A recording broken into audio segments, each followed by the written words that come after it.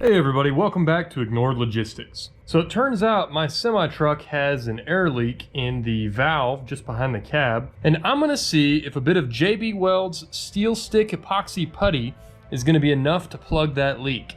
The valve to fix it and replace it is $300. This little steel stick here is $7.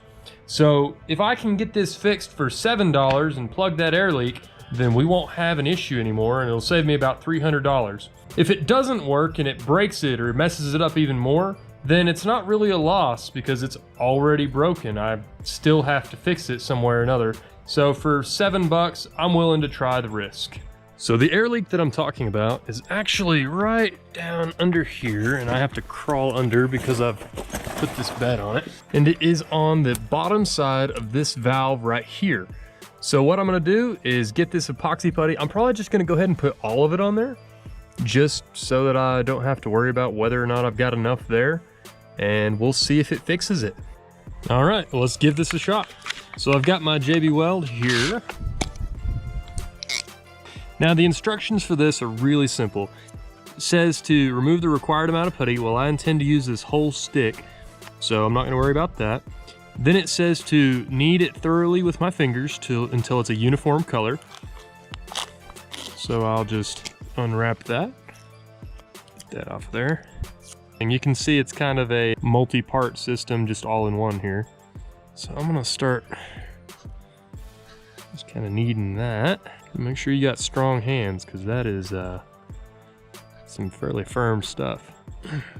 Golly. Yeah, something tells me they really don't intend you to use all of it all at once.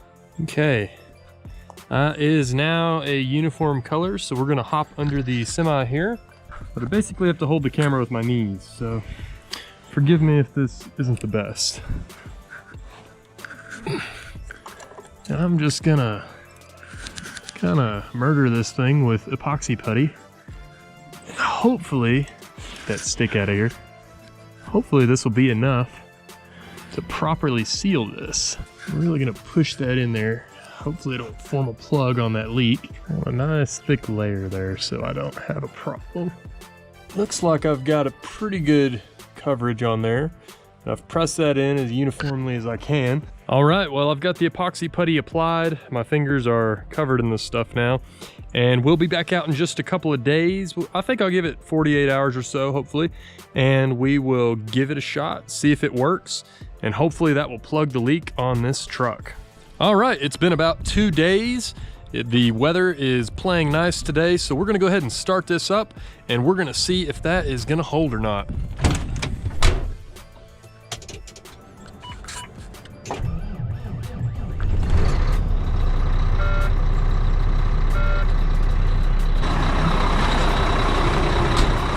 I don't hear an air leak. Let's check the air pressure in the truck.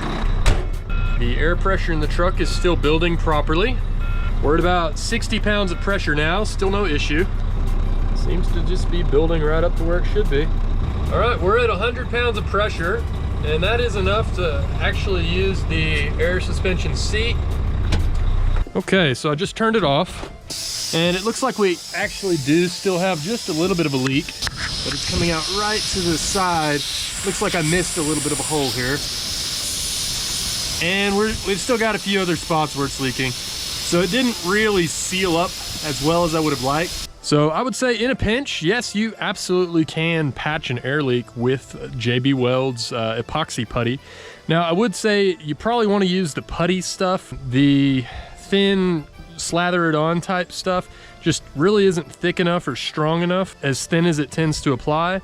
All right, so while I do still have a little bit of an air leak, that's more my fault than the epoxy putty. All in all, I'd call this a win. The truck was able to air up to pressure much, much faster than it has been. So we've definitely made an improvement on that air leak. If you like what we're doing here, stay tuned. We've always got more content on the way, and we'll see you in the next one.